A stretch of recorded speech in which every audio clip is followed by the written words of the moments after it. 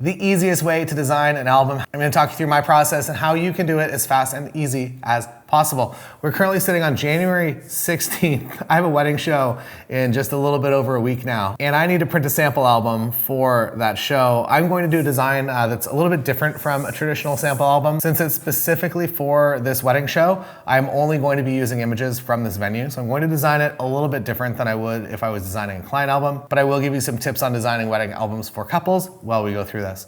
We are here in Fundy Designer Suite version 11. I want to say thank you so much to Fundy for sponsoring this video. And Fundy is an actual human. Andrew Funderburg is a friend of mine as well. There are more people than just Andrew Funderburg working at Fundy now. But just a shout out to him for being a big supporter and just in the industry for a long time. I feel like I don't even know how many years I've known him, maybe 15 years. It's been a while. So Fundy Designer Suite, we're gonna talk in a few different videos about different functionality within it. Today we're going to be focusing on albums and how simple it is. The new update with version 11 is that you can now do this design wizard down here. So if you have a book company that you use, you can make a preset for it. So it just automatically populates that for you. So for myself, I use a company called Wooden Banana, a good friend of Way Up North. I use their Lay Flat album. We'll get into this towards the end of the video. And I come down here to a 10 by 10, no cover. Every album company is gonna have different options. I leave it as a design style album because there is an auto build feature in Fundy Designer. And if you do sell a package that comes with 30 spreads and you wanna do a pre-design to go up to 40 or something like that to get maybe a little bit of an upsell, you can do that. I'm going to let the software make its own decisions and decide how many pages that this specific sample album should be, since it is a little bit different than a client project. So now you can save this as whatever preset name you want. And now that preset is saved for the book that I'm going to be building for you at the end. I'm gonna drag my images in here. The hardest part about doing a sample album is selecting images. If you are doing client work, there are kind of two ways to go about it. So the one is that you can leave it on your clients to select all the images and send you their selects, whether that means flagging them in your gallery system or downloading them and sending them to you over Dropbox, something like that. The other option that I find a little bit more efficient is if you take your best shot at the wedding album and you're like, I feel like this is the way that it should look and feel, and the couple is then able to go in and maybe swap out a few family photos, that usually gets the album done a lot faster and gets you your selects. So that's the hard part, getting all these images down here. The easy part now is clicking this Design For Me button, doing this drop down to the Wooden Banana preset album that we made, and hitting Auto Design Now. There are also other options, as I mentioned. You can do wall art, you can do thank you cards. I feel like thank you cards should be included in one of your more expensive packages. And as an option for an upgrade in some smaller packages, you can do wall art, you can do slideshows. Today, we're just doing an album and opening. And here it is, here's the auto build. As you can see, it keeps things very cohesive. So these images all obviously feel, at least in color palette and I guess time of day, similar. They're together. These are all similar. This is a bunch of different weddings, so I will use different presets based on the wedding. So I am happy that it separated everything out like that. I don't know what kind of magic's going on behind the scenes here, but it does have a good understanding of scenes and how to build them. And in terms of an auto build, there are a few things that I'm gonna change, but overall, I am quite happy with that. So opening page, so I put my logo and the logo of the venue that we're going to be at. I'm gonna swap this so that, I don't know. This is the problem with designing albums, that there's no right or wrong way to do it. There are some preferences that I have, and maybe one of them is that I try not to mix black and white and color images on one page, or color palettes that are just crazy different if you are using multiple different presets. So I try to keep everything cohesive like that. I also try to keep everything time of day consistent as well. So if it's a reception shot, I'm going to only include reception images on that page. And then the rest of the day I keep very chronological, so I'm not doing anything crazy when it comes to designs. And then I typically group all the family photos together in one spot, so they're just kind of in that one spot, nice and easy to find. And I do this, I think, because a wedding album is hopefully that heirloom that's going to be passed down from generation to generation, and you want something that's timeless. And if you try to get too crazy with it, I feel like it just doesn't stand the test of time. All right, so that page was fine. Let's find a page that I have some changes for. Okay, so two of those. So if you do see a custom layout and you're like, I kind of like that, but there are some changes, at least in terms of the layout. You can easily swap pictures. So if I wanted to swap pictures like that, I can just drag and drop.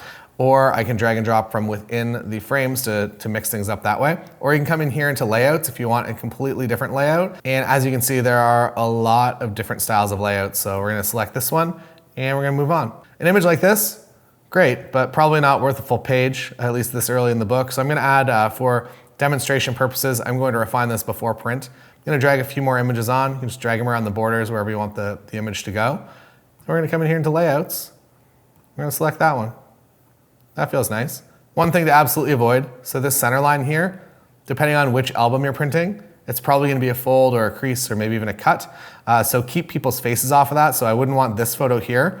I wouldn't really want one of the members of the couple on each side of it. I feel like that's a little messy, and I absolutely don't want anyone's face in that center. If it is a family photo, I'll usually crop the family photo around to make sure that there's at least a little bit of clearance, even this green marker here. If someone's ear is on this green marker, I am okay with it, but the further they could be away from that, the better. There are also filter options down here. So if you tag all of your album images with 5s, you can do it that way. What I use in filters a lot is unused images. And when I'm scrolling through, I don't really want to be, if I'm just looking for images that I haven't used in the spreads yet, I don't want to be scrolling through all of these images that are possibly available. I only want to see the ones that I haven't used when building. And overall, super happy with the design. You can drag images around like that, or if you want to recrop them and move them that way, it's very easy. And this process with Fundy Designer Suite should only take you a few minutes.